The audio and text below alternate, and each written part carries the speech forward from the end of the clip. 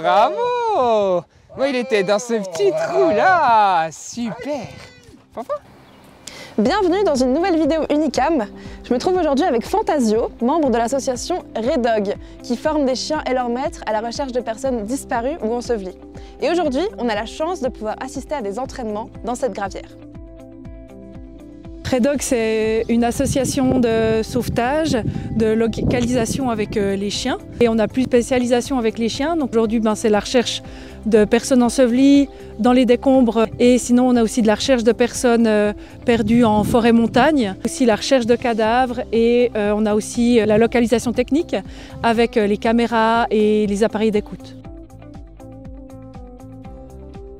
Donc il n'y a que l'administratif où il y a des gens qui sont salariés, mais sinon tous les conducteurs de chiens sont des bénévoles et du coup on s'entraîne chaque semaine, tous les samedis avec nos chiens. En Suisse, on peut intervenir suite à des glissements de terrain, des coulées de boue. On peut aussi avoir des maisons qui s'effondrent, des explosions, etc. Donc ça, c'est des spectres d'engagement possibles pour nous en Suisse.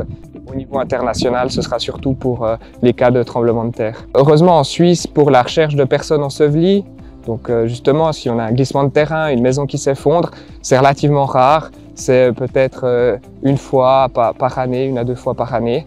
La formation, elle dure entre 3 et 5 ans. Ça dépend un peu du chien, de la personne, de plein de choses.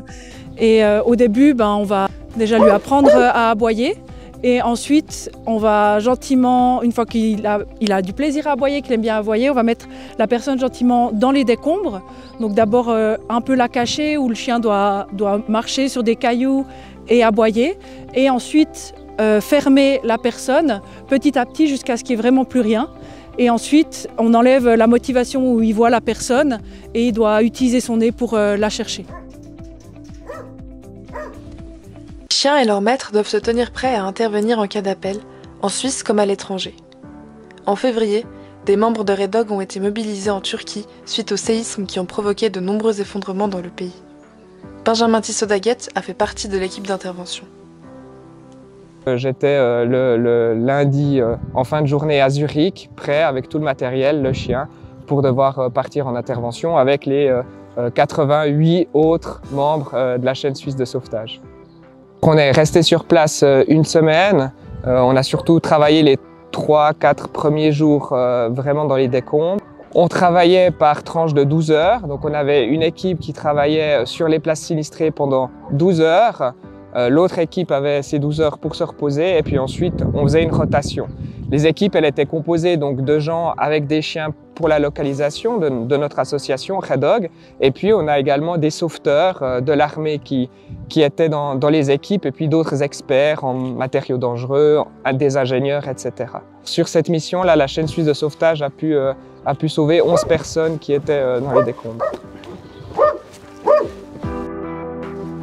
T'as trouvé quelque chose là?